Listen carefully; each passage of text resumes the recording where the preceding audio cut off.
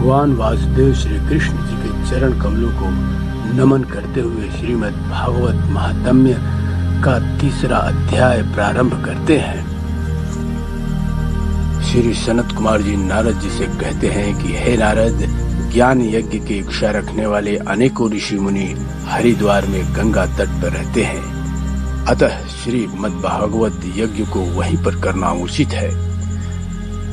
इस ज्ञान यज्ञ को वहां करने से भक्ति का दुख दूर हो जाएगा और ज्ञान वैराग्य जाग जाएंगे। नारद जी श्री सनत कुमार जी से विनती करते हुए कहते हैं कि हे भगवान, यह यज्ञ आपके बिना पूर्ण नहीं होगा। तब श्री सनत कुमार जी चारों भाई नारद जी का निवेदन मानकर हरिद्वार चल दिए।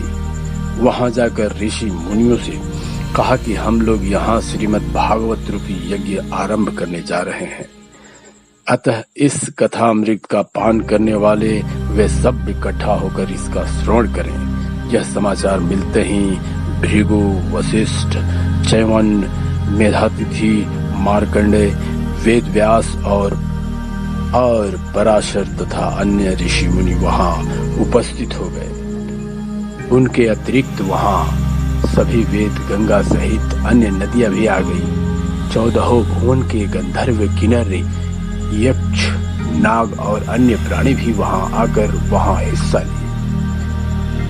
वैष्णव, विरक्तों एवं महापुरुषों ने शंख ध्वनि के साथ जय की ध्वनि किया। तब देवता गण भी अपने अपने विमानों पर बैठकर वहां आ गए। उस समय श्री सनत कुमार जी ने नारद जी से कहा था कि हे नारद, हम तुम्हें वह कथा सुनाते हैं जिसे श्री सुखदेव जी ने राजा परीक्षित को सुनाई थी। श्रीमद् भागवत महापुराण की कथा 18,000 श्लोकों में है।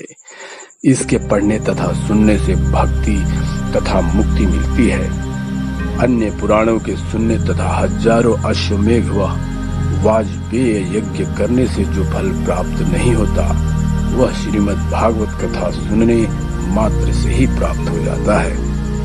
तीर्थों के परिणाम भी इस कथा के चरण फल के समान फलदायक नहीं है। जो मनुष्य प्रतिदिन श्रीमद् भागवत कथा का एक आधा श्लोक भी पढ़ता है, वह मुक्ति को प्राप्त हो जाता है।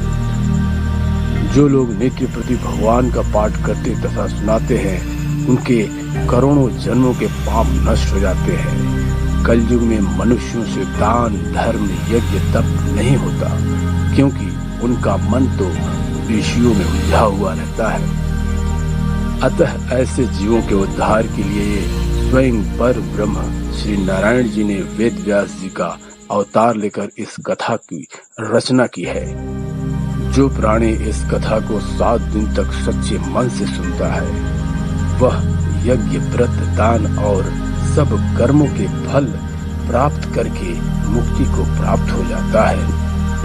श्रीमद् भागवत की 11वें स्कंद में भगवान श्री कृष्ण के कहे हुए ज्ञान को सुनने के पश्चात उद्धव जी ने जब जाना कि कलयुग आने वाला है, तब उन्होंने श्री कृष्ण से प्रार्थना की कि हे भगवान, आप तो वैकुंठ धाम को जा रहे हैं, अब सांसारिक जीवों का उद्धार कैसे होगा।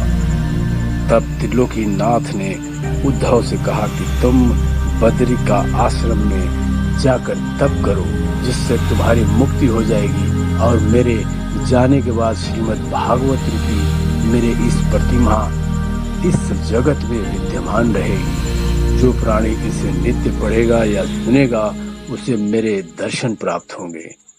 यह सप्ताह प्राण कथा से भाव सागर के दुख छूट जाते हैं। इसके अतिरिक्त कोई भी वस्तु माया रूपी जाल से मुक्ति दिलाने में श्रेष्ठ नहीं है।